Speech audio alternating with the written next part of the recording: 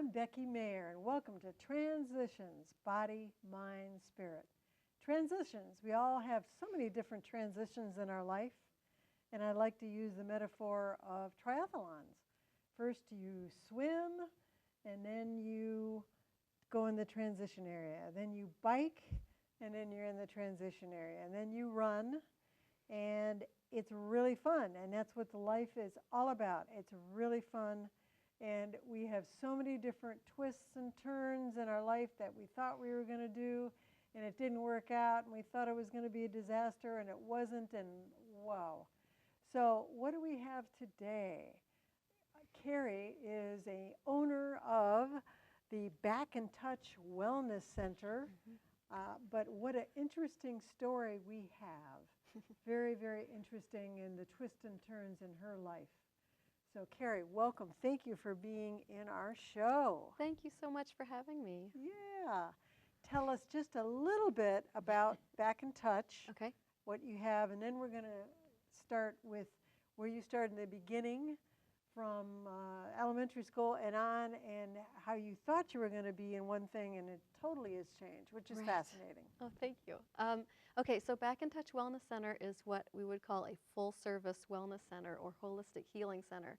So we've got massage therapy as kind of our linchpin. So we have a whole range of body work and therapeutic massage. And then we've got acupuncture and Chinese medicine, herbal medicine. We've got hypnotherapy, past life regression, life between lives regression. We've got 4 counselors and psychotherapists. And then I'm there doing intuitive counseling and energy work.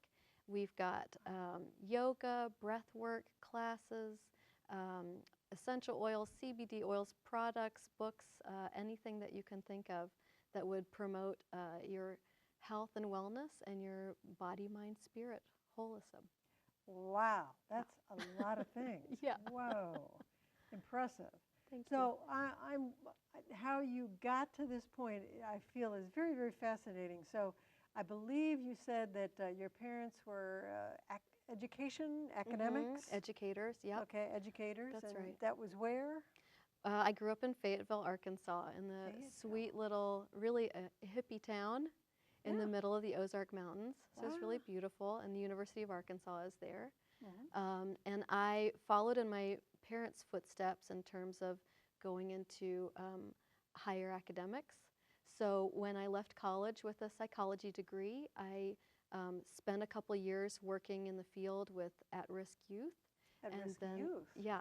Okay. Yeah, and I loved it. At the time, though, I was becoming very, how would I say, just burnt out looking at all of the systemic issues that were affecting families, and that people were getting in the same kind of cycles over and over and not being able to transcend the cycles. So that got me really interested in social justice and in system change. So at that point, I went into graduate school for community psychology, which is where we're really looking at organizations, at communities, at all of the nested circles in which people live, our culture, our society, our country, that affect an individual's behavior. And so how can we work at those macro levels to change many people's lives? So change, development, betterment, justice, all of these things were things that I was really fascinated by, passionate about.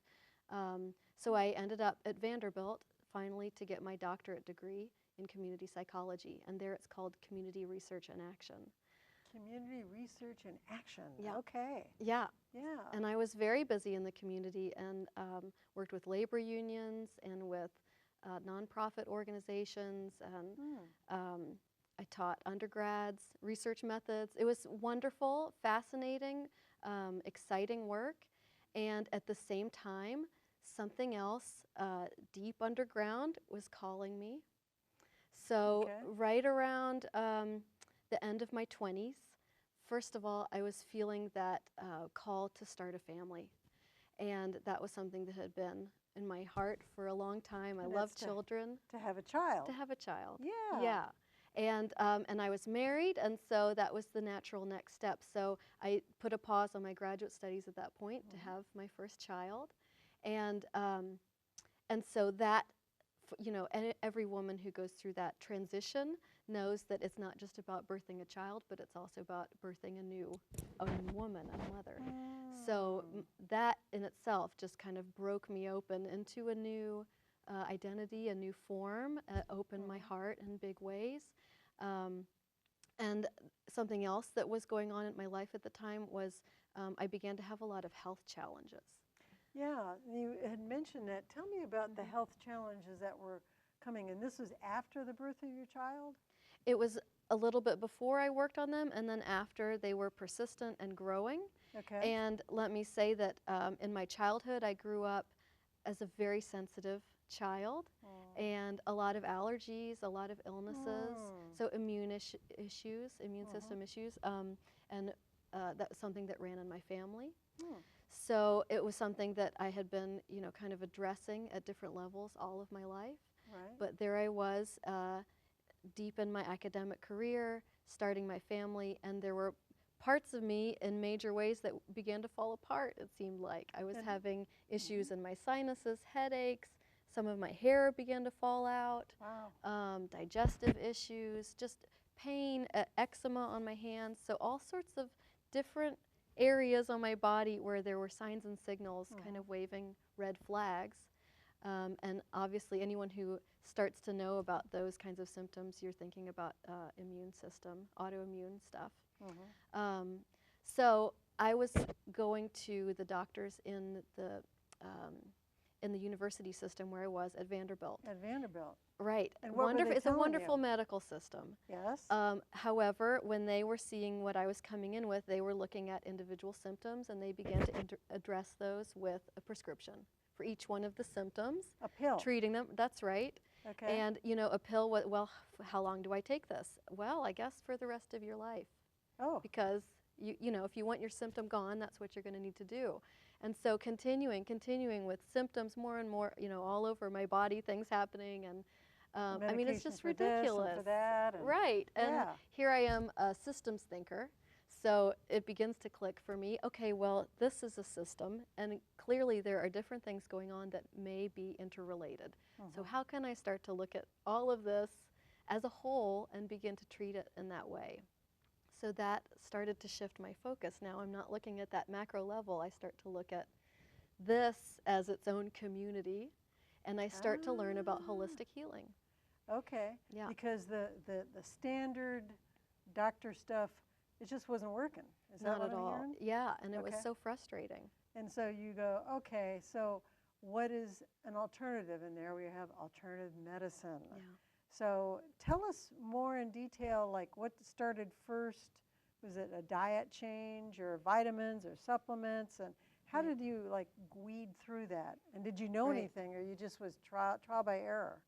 Well, I think for a lot of us, when we start on that journey, you start to tease out one thread, and then it takes you to another and another, and you have to kind of follow the trail, and you learn a little bit as you go along.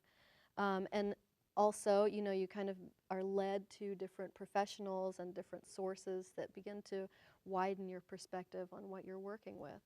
So for me, yes, I did begin with diet because that had been something early on in my life that I knew was a problem for me because of my allergies.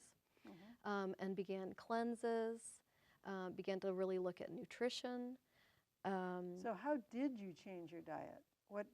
Give us an example. Well, I did go raw for a little while.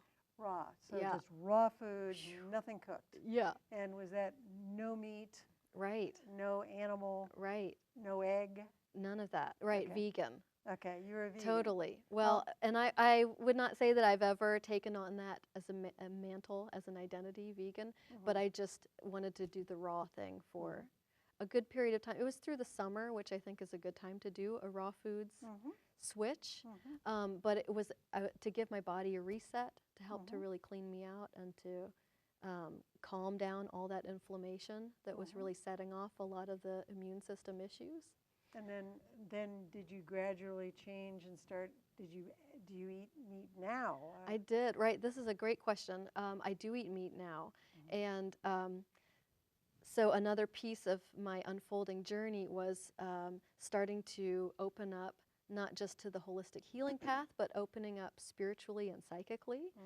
So because I began to also add meditation and a lot of mindfulness practices that helped me to start to get into these deeper levels of what's going on inside of me.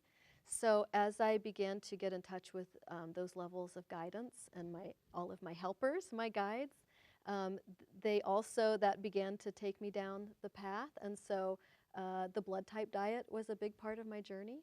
Okay. And I don't know if you're familiar with the blood type diet. I've heard of it, and that's about it. Yeah. Well, the guidance that I was receiving was that I am a type O, and type O's really actually thrive on meat and red meat, and not grains and not dairy, but lots of greens. They have very sensitive livers. And so type O, they're the oldest blood group. We've been around since the hunter-gatherers. And so living a little more like a hunter-gatherer really suits the O type. Yeah. And even in the way that that diet describes our metabolism in terms of, we like to charge and, on the hunt. And then we hit our target and we do it and we rest for a little bit and then we go full on charge and then, kind of like this tiger situation. And that really describes how I work best in my life, how my energy cycles work. And of course, for other blood types, it's a little bit different for A, B, AB. And it's fascinating. And I think it really, for whatever validity may or may not be in that diet, I think it really does help us to understand that some people may thrive on a vegan diet and be able to do that and to build muscle and to have energy and feel great in their lives. And some people may not thrive on a vegan diet. Right. And it's one not size fits all. You have to experiment. It's something you experiment. Okay, so you did diet. Yes. And then meditation. Yes. All right. And then I believe you said they had some abuse issues mixed into there, but you hadn't really dealt with them. And how did you deal with them, and why, and what was the outcome? Right. So as I was addressing all of these health issues and cleaning up my act and really helping myself to heal and helping myself to be still and to come deep inside and to come to know myself at deeper levels, also I had my child. And so this is another common theme in a lot of survivors' lives where when they reach the age with their child, when the abuse began in their lives, it can be very triggering. So that's what happened to me. I never even thought about that. Yeah. Meaning you were a child, and so you have a child, and then there's triggered because of this child. When she reached the age at which I had been, the abuse in my life had started. Oh, wow. Yeah. Wow. And because I was able to, at that time, be so in tune with, the thoughts in my mind, the greatest thing about meditation to me is that you can start to hear your own thoughts. And you can start to sort through them and say, what's this? What's that? This is useful. This is somebody else's thought. So and you also start to tap into your body and you get a sense of, oh, okay, I'm feeling a little ill, or I'm feeling a little, my heart is fluttering a little faster. Or so being this deeply in touch, I started to really notice the triggers that were in my life. And it was a profound time for me because I like to call it a breakthrough moment, because really everything in my life started to fall apart. Wow. Crack open. Right. Wow. And so memories came up and I just worked with them, and I went to some wonderful professionals who helped me to work through all of that. Counselors to help you Counselors, deal with these memories that were like erupting again. Yeah, right? Erupting for the first time in my life. And so it was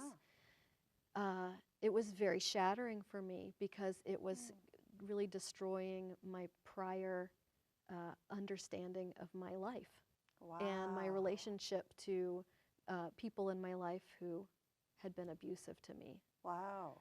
Right. It's a big deal. It was a huge deal. Right. It was profound, yeah. And so part of this breakdown and reaching out for professionals to help you and all, I believe you said that your marriage did not survive. That's correct. Yeah. Okay. And, a big part of everything that I was going through, it was it was incredibly destructive. It was destructive to that old self that was me. And even now in my life, my brain behaves so differently than the brain that I had prior. It's a lot like people who have had near-death experiences. But when you're working with that left brain, which is very discrete, it's able to compartmentalize, it's very linear, everything kind of, it can work together in a mathematical, clean, comprehensive kind of way. So that was where I was living, a lot of that left brain. So then when all of this happened, it was like I clicked over into much more expansive, the right brain, where things are much more unlimited, things are open, and you're receiving so much more data at once, if that makes sense. And so suddenly, and again, here's the systems thinking that really is just like expanding in my own life and mind, where suddenly I'm not seeing, one linear kind of path, but now I can see all of the network of interlinkages, and yeah, it's fascinating. Yes. So, right, a lot of my prior relationships were not able to make that shift with me, unfortunately.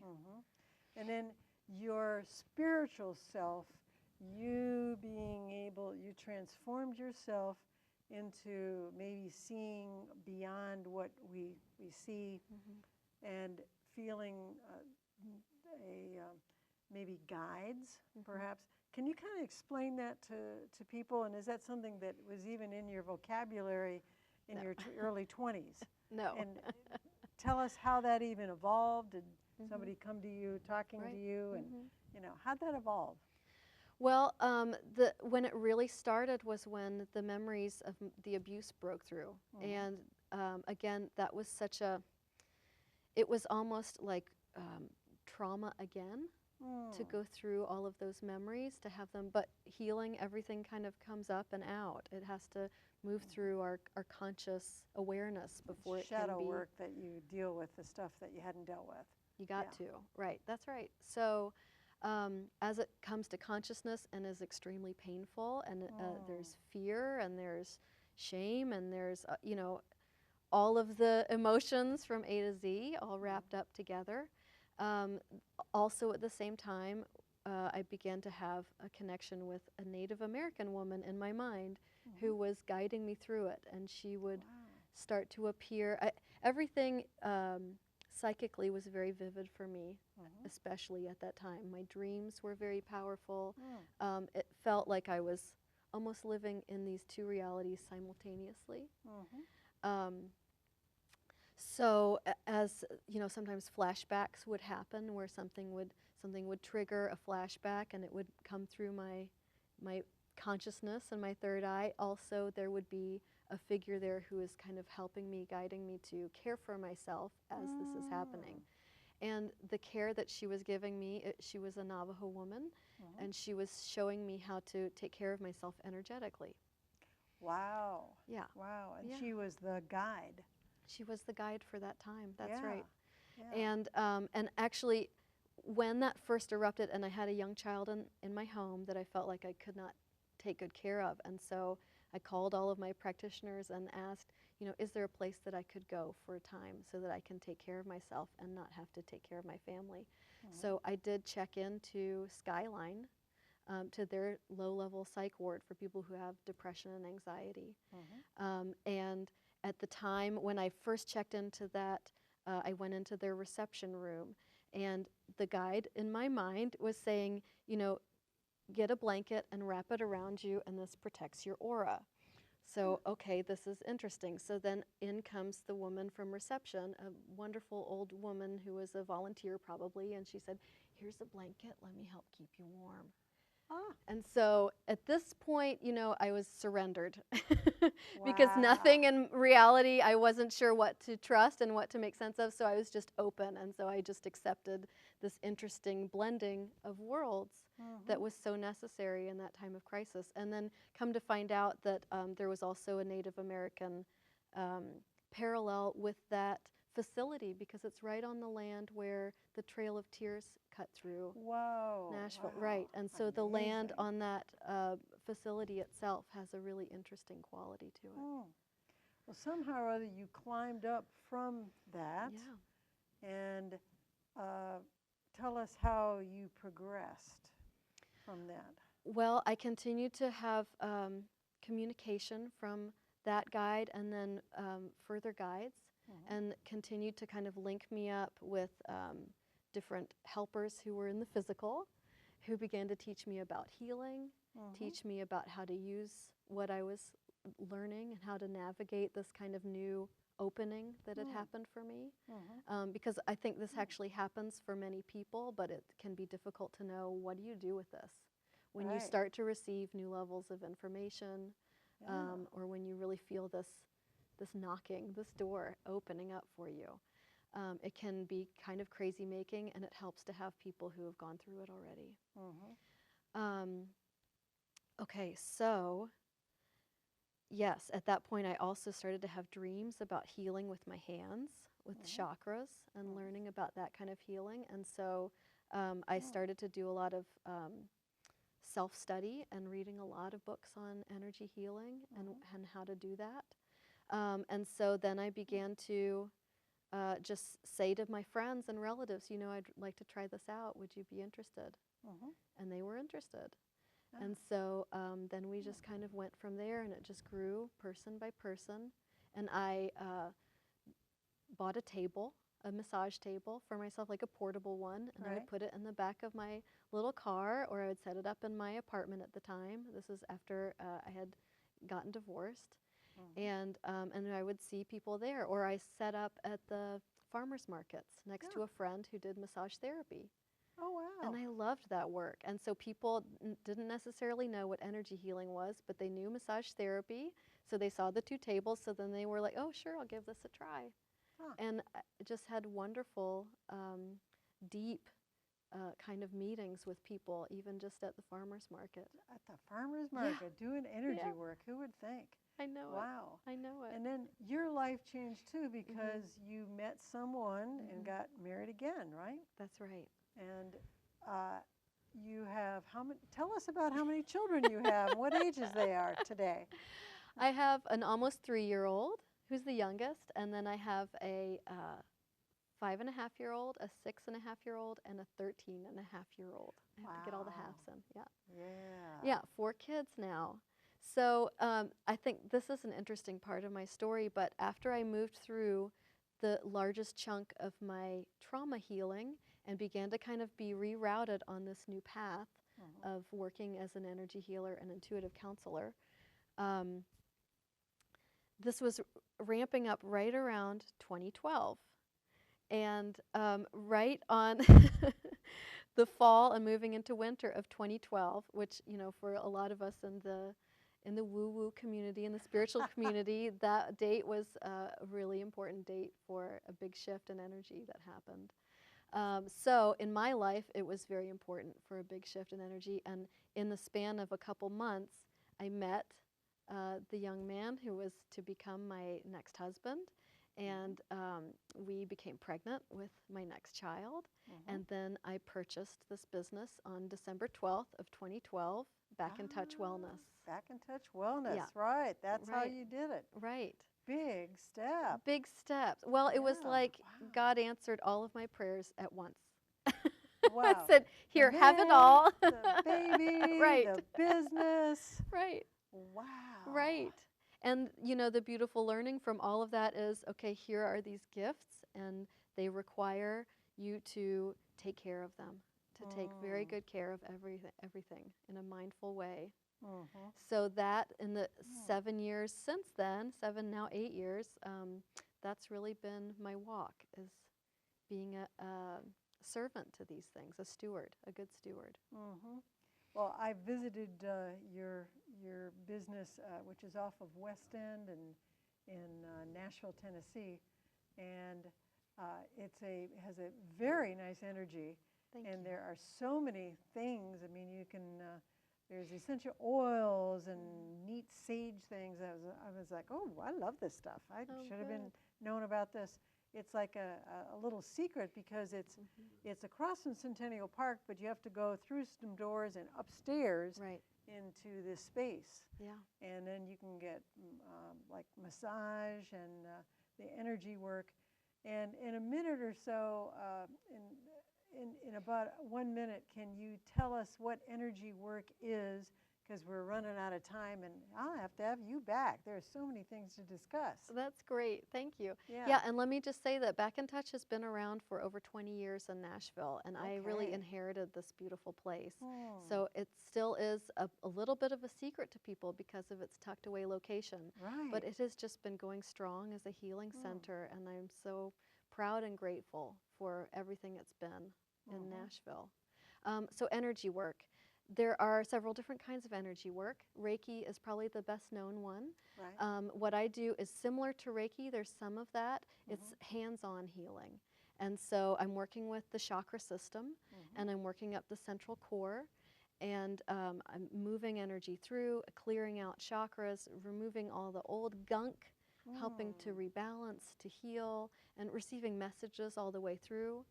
And there's just, you know, we could do a whole show on energy work because it's we need to. fascinating Yes. that what you can learn from people and what chakras, the kind of information that they provide us in terms of psycho, spiritual, emotional, physical.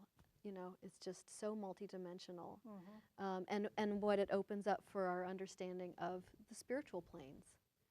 Wow. Yeah. Yeah. Wow. So I don't know if that answered your question. It's kind of, we're opening up an energetic can of worms. Yes, Yeah. yes, and it's definitely we have to have you back because there's so many things you offer in your beautiful space.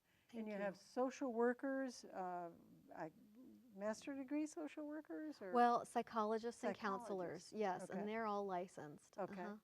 Wow. Yeah, All right. and some of them have PhDs. Yeah. And some have PhDs also. Yeah. Wow. Well, there we are, Back in Touch Wellness Center Thank you. in Nashville, Tennessee. And we really need to stay tuned for, we'll have more shows on this. There's a lot of deep diving on information to go ahead and,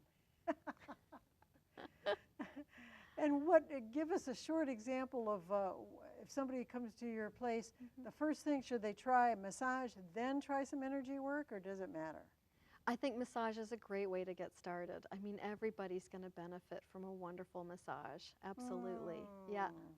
And that's hands-on, Yes. skin to skin. Oh, it's and beautiful. Yeah. Maybe some wonderful relaxation. Yeah, and some oils. Yep. good fragrances. Yeah. Yeah. Yeah. Well, Carrie, thank you so much for being on our show. This is Transitions, Body, Mind, Spirit.